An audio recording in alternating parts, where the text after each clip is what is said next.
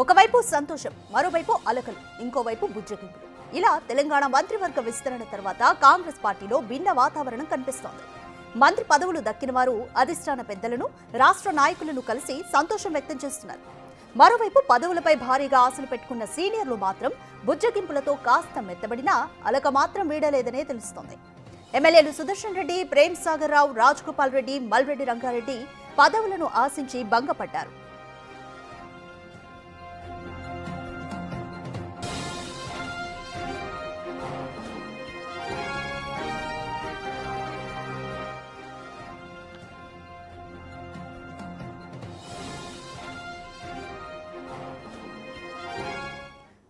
More details మా ప్రతినిధి హేమ అందిస్తారు. హేమ, ఆశావాహులు ఇప్పటికే మీనాక్షి నటరాజన్ కానీ మహేష్ కుమార్ గౌడ్ కానీ ఇద్దరు కూడా బుజ్జగించే ప్రయత్నం చేశారు. అధిష్టానం దృష్టికి మీ సమస్యను తీసుకెళ్తామంటూ కూడా వాళ్ళైతే హామీ ఇచ్చారు. సో ఎలా ఉంది కాంగ్రెస్లో ప్రస్తుతం జరుగుతున్న పరిణామాలు? కొంతమంది రిజైన్ చేయడానికి కూడా గ్రూప్గా రిజైన్ చేయడానికి సిద్ధమవుతున్నారు. సో ఓవరాల్గా డీటెయిల్స్ ఎలా ఉన్నాయి?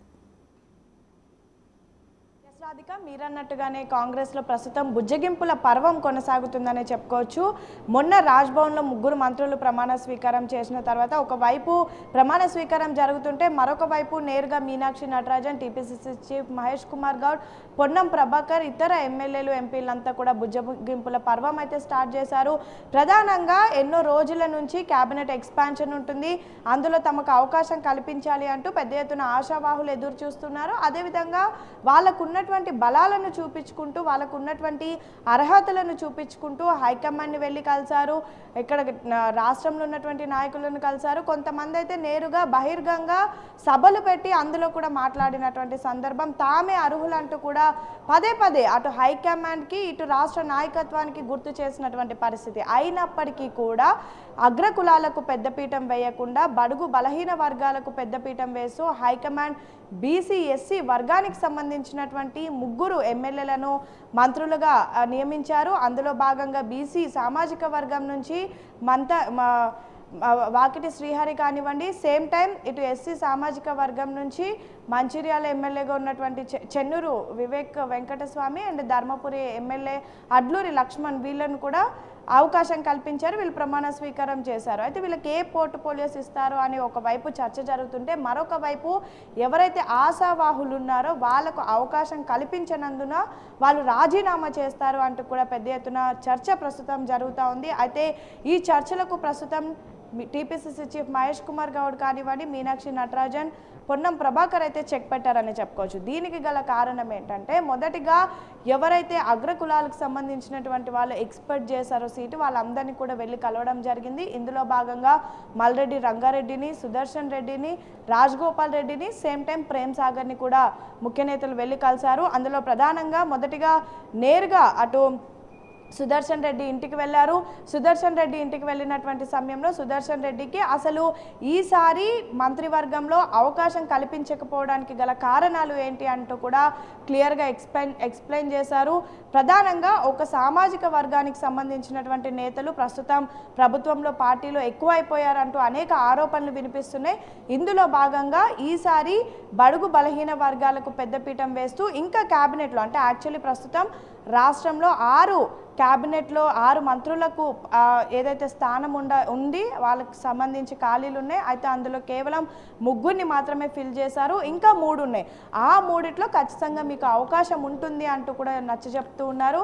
అండ్ సేమ్ టైం అటు సుదర్శన్ రెడ్డి ఇంటికి వెళ్ళినటువంటి సమయంలో కానివ్వండి, లేదంటే ప్రేమ్ సాగర్ ఇంటికి వెళ్ళినటువంటి సమయంలో, రాజగోపాల్ రెడ్డి ఇంటికి వెళ్ళినటువంటి సమయంలో కూడా చాలా కీలకంగా చెప్తున్న అంశం ఏంటంటే మీరు పార్టీని వీడొద్దు, పార్టీని నమ్ముకొని ఉంటే ఖచ్చితంగా మీకు ఒక రోజు మీరు అనుకున్నటువంటి పదవి మీకు సొంతం అవుతుంది అంటూ కూడా నచ్చ చెప్తున్నటువంటి పరిస్థితి. సేమ్ టైం మీనాక్షి నటరాజన్ హామీ కూడా ఇస్తున్నారు. అయితే ప్రేమ్ సాగర్ ఇంటికి వెళ్ళి ప్రేమ్ సాగర్ని బుజ్జగించినటువంటి సమయంలో కాస్త నిరాశ చెందినట్టుగా తెలుస్తోంది. సో వెంటనే కేసీ వేణుగోపాల్తో కూడా ఫోన్లో మాట్లాడించి కేసీ వేణుగోపాల్తో నేరుగా హామీ ఇచ్చినట్టుగా కూడా మనకు సమాచారం అందుతోంది. అండ్ ఇటు కోమటిరెడ్డి రాజగోపాల్ రెడ్డి రాజీనామా చేస్తారు, పార్టీలో ఇంకా కొనసాగరు అంటూ కూడా పెద్ద ఎత్తున ఆయనకు సంబంధించి సంబంధించినటువంటి అనుచరులు ప్రచారం చేశారు.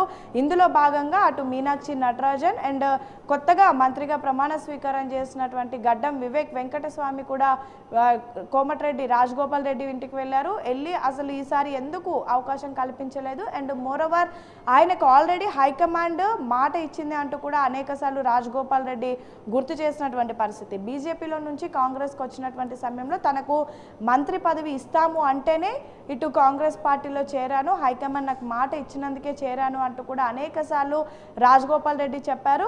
సో అది మరొకసారి గుర్తు చేసి ఖచ్చితంగా మీకు అవకాశం కల్పిస్తాము అంటూ కూడా రాజగోపాల్ రెడ్డికి చెప్పినట్టుగా తెలుస్తోంది. అండ్ సేమ్ టైం కోమటిరెడ్డి వెంకటరెడ్డికి కూడా రాజగోపాల్ రెడ్డికి అర్థమయ్యేటట్టు చెప్పాలి అండ్ ఆయనకు నచ్చ చెప్పాలి, ఆయన పార్టీ మారకుండా చూడాలి అంటూ కూడా హైకమాండ్ బాధ్యతలు ఇచ్చినటువంటి పరిస్థితి. అండ్ ఆ ప్రేమ్ సాగర్ సుదర్శన్ రెడ్డి రాజగోపాల్ రెడ్డితో మాట్లాడిన తర్వాత సేమ్ అదే రోజు 5 గంటలకు ప్రెస్ మీట్ పెడతాను, ప్రెస్ మీట్ పెట్టి అందులో నా రాజీనామాని అనౌన్స్ చేస్తాను అంటూ కూడా పెద్ద ఎత్తున మల్రెడ్డి రంగారెడ్డికి సంబంధించినటువంటి వార్తలు హల్చలయ్యాయి. ప్రధానంగా మొదటి నుంచి కూడా రంగారెడ్డి జిల్లాకు క్యాబినెట్లో అవకాశం కల్పించకపోతే ఖచ్చితంగా తన పదవికి రాజీనామా చేస్తాను అంటూ కూడా మల్రెడ్డి రంగారెడ్డి చెప్పుకుంటూ వచ్చారు. ఇందులో భాగంగా ఆ రోజు రాజీనామా చేస్తారు అంటూ కూడా పెద్ద ఎత్తున రంగారెడ్డికి సంబంధించినటువంటి ముఖ్య నేతలంతా కూడా చర్చించుకున్నటువంటి సమయంలో 5 గంటలకు పెట్టాల్సినటువంటి ప్రెస్ మీట్ని క్యాన్సిల్ చేసి నేరుగా పొన్నం ప్రభాకర్, టీపీసీసీ చీఫ్ మహేష్ కుమార్ గౌడ్ నేరుగా వెళ్ళి మల్రెడ్డి రంగారెడ్డిని కలిశారు. దాదాపు గంట సేపు భేటీ అయ్యారు.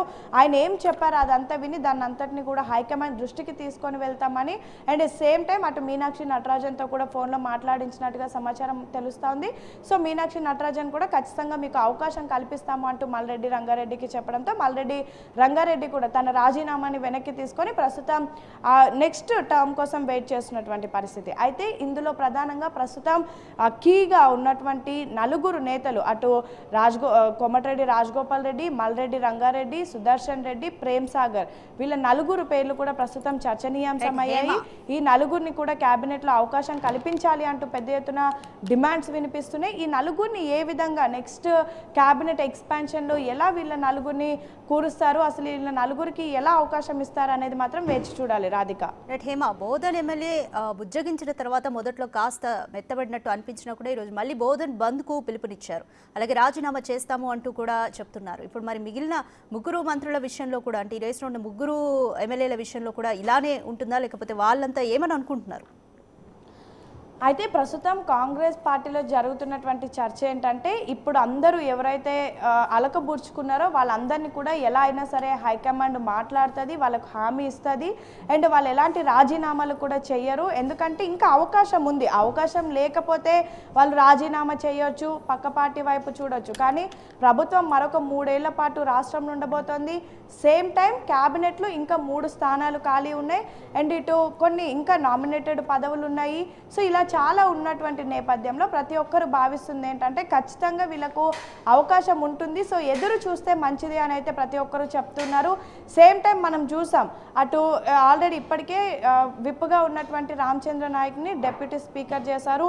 సో ప్రస్తుతం ఆల్రెడీ అడ్లూరి లక్ష్మణ్ కూడా విప్గా ఉన్నారు, కానీ ప్రస్తుతం మంత్రిగా ప్రమాణ స్వీకారం చేశారు. సో ప్రస్తుతం 2 విప్పులు ఖాళీ అయినటువంటి నేపథ్యంలో ఈ ఎవరైతే ఆల్రెడీ ఎక్స్పెక్ట్ చేస్తున్నటువంటి వాళ్ళు ఉన్నారో రాజగోపాల్ రెడ్డి కానివ్వండి, మల్రెడ్డి రంగారెడ్డి కానివ్వండి, ప్రేమ్ సాగర్ కానివ్వండి, సుదర్శన్ రెడ్డి వీళ్ళలో ఎవరికైనా విప్పిచ్చి మిగతా వాళ్ళకి మంత్రి పదవిలో కూడా ఖచ్చితంగా అవకాశం ఉంటుంది అంటూ కూడా నేతలు చెప్తున్నారు. టీపీసీసీ చీఫ్ మహేష్ కుమార్ గౌడ్ కూడా చెప్తుంది ఏంటంటే రీసెంట్గా జరిగిన బీసీ కులగణన ఎస్సీ వర్గీకరణను బేస్ చేసుకొని ప్రజల్లోకి మంచి సందేశం వెళ్ళాలి, సేమ్ టైం బడుగు బలహీన వర్గాలకు పెద్దపీఠం వేయాలి అని ఈసారి క్యాబినెట్ ఎక్స్పాన్షన్లో బీసీ ఎస్సీకి సంబంధించినటువంటి నేతలకు దట్టు మొదటిసారి గెలిచినటువంటి ఎమ్మెల్యేలకు అంటే సీనియర్లను పక్కన పెట్టి మొదటిసారి గెలిచినటువంటి ఎమ్మెల్యేలకు అవకాశం కల్పించాము.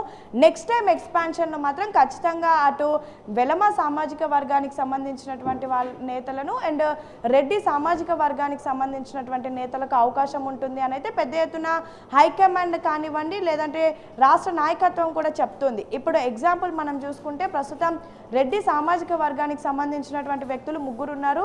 మల్రెడ్డి రంగారెడ్డి, కోమటిరెడ్డి రాజగోపాల్ రెడ్డి, సుదర్శన్ రెడ్డి. సో వెలమ సామాజిక వర్గానికి సంబంధించి ప్రేమ్ సాగర్ ఉన్నారు. సో ఇంకా 3 ఉన్నాయి క్యాబినెట్లో అవకాశాలు. సో ఇందులో ముగ్గురిని ఈ క్యాబినెట్లో ఫిక్స్ చేసి ఇంకొకరికి చీఫ్ విప్ ఇచ్చేటటువంటి అవకాశాలు కూడా ఉన్నాయి. సో నలుగురు ఎవరైతే ప్రస్తుతం ఎంటైర్ రాష్ట్రంలో నలుగురు అలకబూడ్చుకున్నారో, ఎవరైతే నిరాశగా ఉన్నారో ఆ నలుగురికి కూడా ఖచ్చితంగా ఏదో ఒక స్థానం కల్పిస్తామని అయితే హైకమాండ్ చాలా స్ట్రాంగ్ డెసిషన్తో ఉంది. వాళ్ళకి అవకాశం కూడా కల్పిస్తామంటే ఇప్పటికే హామీ ఇచ్చింది.